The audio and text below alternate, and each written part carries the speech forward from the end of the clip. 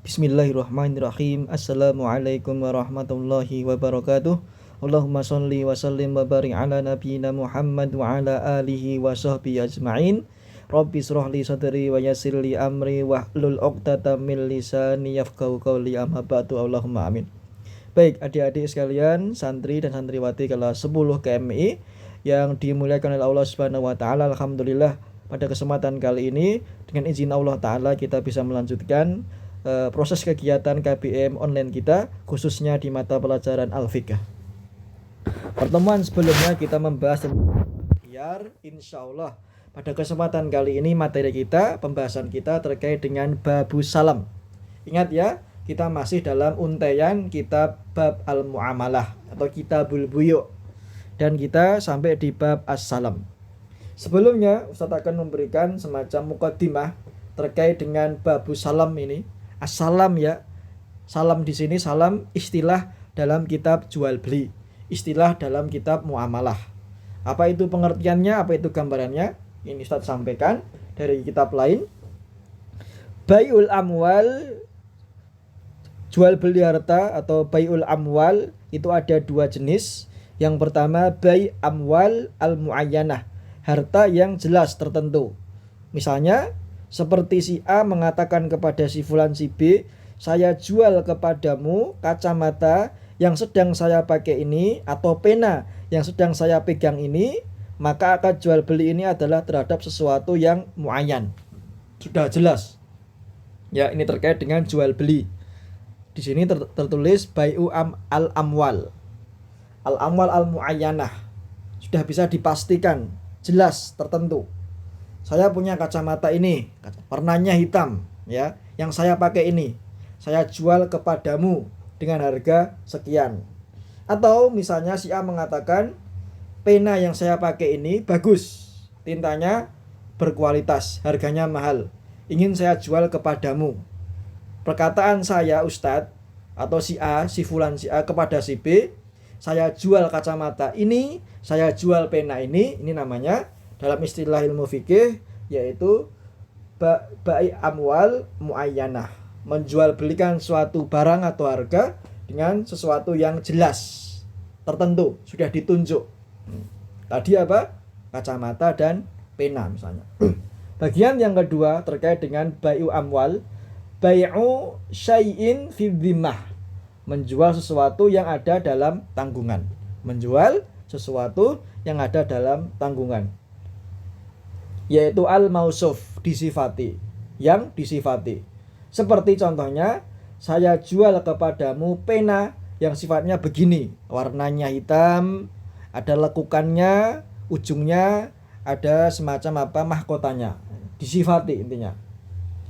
Atau saya jual kepadamu sebuah mobil yang sifatnya begini, begini, dan begini. Ini namanya apa? Bai'u syai' fi dhimmah, menjual sesuatu yang ada dalam tanggungan. Cirinya apa? Al-mausuf, disifati. Sifatnya begini, begini, dan begini. Saya mau menjual motor saya misalnya. Sifatnya, cirinya seperti ini. Mereknya seperti ini. Kemudian klaksonnya seperti ini. Kemudian joknya seperti ini. Disifati. Itu namanya apa? Bai' syai' fi dhimmah. Poin pembahasan kita yang di sini, dan jual beli salam yang masuk pembahasan kita ini, bab salam ini masuk kategori jual beli syai' fi dhimmah. Apa? Bab salam, jual beli salam ini termasuk kategori jual beli syai' fi dhimmah. Sesuatu yang dalam tanggungan penjual, sesuatu yang dalam tanggungan penjual. Yang belum ada tapi jelas sifatnya. Belum ada tapi sifatnya jelas. Dan dengan tempo, barangnya diberikan nanti, tidak tunai, nanti dibayar dengan tunai ya. Berarti apa? Dibayar tunai tapi barangnya ini nanti ya, tidak langsung segera dibayar, diberikan, selesai, enggak. Tapi apa? Dipesan dulu baru nanti jadi dibayar tunai. Maksudnya seperti itu. Jual beli salam ini dalam ilmu fikih, jual beli juga disebut dengan jual beli salaf. jual beli salam, nama lainnya jual beli salaf. Jual beli salam menguntungkan penjual karena bisa mendapatkan uang dengan waktu cepat dan menguntungkan pembeli karena bisa mendapatkan barang dengan harga yang lebih murah dari biasanya. Karena apa? Di sini ada sisi apa? Pemesanan tadi itu. Dipesan dulu. Tidak langsung ada barangnya, tapi sudah diinginkan. Nanti saya ingin, misalnya saya ingin kamu membuatkan saya tas yang warnanya seperti ini, kemudian ada misalnya apa, logonya seperti ini, ada rantainya misalnya untuk di pundak seperti ini. Nah, kalau beli di pasar misalnya bisa mahal harganya, tapi di sini karena pesan bisa lebih murah dan menguntungkan bagi penjual karena apa? Bisa mendapatkan uang dengan waktu yang cepat. Misalnya diberi tempo, baik, nanti saya akan membuat tas pesanan Anda dalam 3 hari misalnya, seperti itu. Itu nama lain atau gambaran lain dalam jual beli as-salam. Nama lainnya jual beli as-salaf. Ya, ini tadi yang Ustaz terangkan tidak ada di dalam kitab. Ini semacam apa? Peta agar kita mengetahui apa itu dan bagaimana bentuk dari jual beli salam tersebut. Baik, sekarang kita masuk ke kitab. Yasihus salamu fi kulli ma yandabitu bisifati. Sah jual beli salam itu pada semua barang yang pasti sifatnya. Yang pasti sifatnya. Misal ya, seperti barangnya bersifat bisa ditimbang, bisa ditakar atau dihitung, ditentukan kualitasnya itu baik atau buruk dan yang lain. Itu misalnya seperti itu. Bisa ditimbang, ditakar, dihitung, ditentukan kualitasnya baik atau buruk. Itu namanya ma yandabitu bisifah. Idza dhabatahu bi jami'i sifatihi allati yakhtalifu biyas saman. Jika memastikan dengan seluruh sifatnya yang dengan berbeda sifat tersebut, maka harganya bisa berbeda. Ya. Maknanya adalah apa? Setelah dipastikan ternyata sifatnya ini berbeda pada sifat barang tersebut, maka karena perbedaan sifat tadi itu bisa menjadikan harganya juga berbeda. Sifatnya beda, harganya juga kemungkinan bisa berbeda. Wa dzakara ajalahu, menyebutkan tempo penyerahan barangnya atau pesanannya. Misalnya saya ingin membeli kursi ya, kursi belajar. Sifatnya seperti ini. Kursinya seperti kursi mahasiswa, warnanya putih, terbuat dari aluminium misalnya. Di bawahnya ada raknya. Nanti tolong dibuat dalam tempo waktu 5 hari misalnya ya, seperti itu. Itu makna dari wada karo ajalahu. Dipesan, ditentukan sifatnya seperti ini, begini dalam waktu misalnya 5 hari, seperti itu. Wa atahu tsamana qabla tafarruqi. Pembeli membayar kepada si penjual sebelum keduanya berpisah. Sebelum keduanya berpisah harus di tempat itu, di majlis itu juga. Barang ada, dibayar, uang diterima si penjual, baru berpisah. Tidak boleh harganya belum ditentukan, barangnya belum ada, kemudian dikasih uangnya. Nah, itu tidak boleh. Harus apa? Waktu itu ada barang, ada harga, serah terima, baru berpisah. Sekarang kita ke dasar hukum atau dalil. Ani Ibnu Abbas radhiyallahu anhuma qala qadiman Nabi sallallahu alaihi wasallam al-Madinah wa hum yuslifuna fi thimari sanah wa sanatain. Faqal man aslafa fal yuslif fi kailin ma'lum wa waznin ma'lum ila ajalin ma'lum. Maknanya dari Ibnu Abbas radhiyallahu anhuma, ia berkata, Nabi sallallahu alaihi wasallam datang ke kota Madinah, sedangkan penduduknya, masyarakat kota Madinah sering melakukan jual beli salaf. Ya, betul kan? Di sini katanya salaf. Jadi Ustadz bilang nama lain dari jual beli, transaksi jual beli salaf adalah salam. Salam di sini bukan salam perdamaian ya. Ini istilah fikih, istilah muamalah, istilah jual beli. Jual beli salam, nama lainnya jual beli salaf. Dan salaf di sini bukan ilmu akidah, salaful ummah bukan, tapi apa? Istilah fikih. Maka tolong dibedakan dan dipahami dengan baik supaya tidak bingung nantinya. Sedangkan penduduknya masyarakat kota Madinah sering melakukan jual beli salaf pada buah-buahan untuk setahun dan untuk 2 tahun. Maka beliau Shallallahu Alaihi Wasallam bersabda, barang siapa yang melakukan jual beli salaf atau jual beli salam, maka hendaklah ia melakukannya pada takaran yang jelas, pada timbangan yang jelas, dan dalam tempo waktu yang jelas.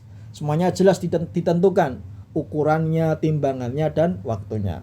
Wa qala sallallahu alaihi wasallam, man akhadha amwalan nasi yuridu adaaha addahallahu anhu wa man akhadha yuridu itlafaha atlafahullahu, rawahul Bukhari. Dalam hadis yang lain Nabi Shallallahu Alaihi Wasallam bersabda, barang siapa yang mengambil berhutang harta manusia yang dia ingin melunasinya, maka niscaya Allah Ta'ala akan menyampaikannya atau akan menjadikan dia melunasi hutang pada orang tersebut. Dan barang siapa yang menghutang dengan niat untuk melenyapkannya, tidak melunasinya, maka kelak Allah akan melenyapkannya orang tersebut di hari kiamat atau di akhirat. Hadis riwayat Al-Bukhari. Hadis ini di dalamnya terdapat peringatan atau semacam teguran atas meremehkan dalam masalah hutang, baik itu hutang salam ataupun selainnya.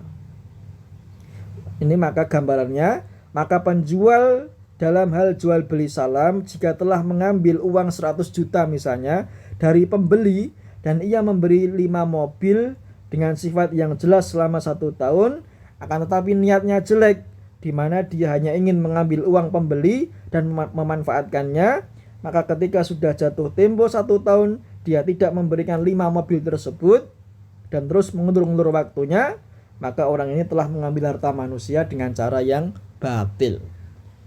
Tadi Ustaz sampaikan, jual beli salam atau jual beli salaf ini bisa diartikan memesan barang terlebih dahulu. Nanti kalau sudah jadi baru diberikan harganya serah terima dalam waktu tertentu, timbangan yang jelas dan ukuran yang jelas. Hadis ini memberikan isyarat, misalnya ada orang yang sudah pesen 5 mobil dengan harga 500 juta, berarti satu mobil harganya 100 juta. Ternyata setelah 1 tahun sudah dibayar, tapi mobilnya juga tidak keburu diberikan, baru 4 mobil misalnya. Maaf ya, ini baru jadi 4 mobil, tinggal yang kelima belum jadi. Terus diulur-ulur, tidak disampaikan, padahal sudah dipesan, sudah akad, sudah sesuai dengan perjanjian. Maka di sini dia masuk hadis ancaman mengambil harta orang lain dengan cara yang batil. Ingin itlafaha, melenyapkannya, supaya mengambil keuntungan. Tadi bayarnya 500 juta, padahal perjanjiannya dengan uang tersebut 500 juta mendapatkan 5 mobil, berarti satu mobil harganya 100 juta, tapi si penjual ini hanya memberikan 4 mobil saja, pura-pura yang mobil kelima ini belum jadi, padahal dia mengulur-ulur waktu, hanya mengambil keuntungan. Ini yang tidak boleh. Seperti itu ya penjelasannya. Baik, kita membaca poin-poin pentingnya. Ada 3 poin di sini. Yang pertama, syarat-syarat dan ketentuan as-salam. Maksudnya transaksi jual beli as-salam, nama lainnya as-salaf. Yang kedua, dasar hukum dalam pembahasan as-salam. Yang ketiga, peringatan terkait dengan penguasaan harta manusia. Itu tadi materi kita terkait dengan bab as-salam. Materinya sangat mendalam ya pembahasannya. Ustaz memang sampaikan biar kalian paham, tidak hanya sekedar menghafal begitu ya. Maka ini perlu saya sampaikan lagi, belajar itu butuh yang namanya pendamping, pembimbing, dan yang menjelaskan. Jadi orang yang belum tahu menjadi tahu, yang sudah tahu menjadi paham, yang paham menjadi dhobit, mungkin paham untuk bisa diamalkan. Seperti itu tujuan kita mempelajari ilmu fikih berkaitan dengan entah itu ibadah atau entah itu muamalah. Dan kita kali ini belajar yang namanya as-salam, nama lainnya as-salaf, yaitu transaksi jual beli dengan cara memesan terlebih dahulu dengan syarat ukurannya jelas, timbangannya jelas, waktunya juga jelas, ketentuan kualitasnya juga jelas. Apabila terpenuhi, maka dia apa? Menjadi sah, masuk dalam kategori jual beli as-salam. Selesai pertemuan kita kali ini. Insya Allah di waktu yang akan datang akan kita bahas bab baru, yaitu bab ar-rahn, ad-dhiman wal kafalah. Pergadaian, jaminan dan kafalah. Naktafi bihadzal liqa, aqulu qouli hadza. Kalau ada pertanyaan, saran, masukan, atau mungkin Ustadz terlalu cepat dalam menyampaikan, nanti silahkan kritikannya disampaikan ke Ustadz atau melalui komentar ya. Tujuannya kita untuk kebaikan kita semua.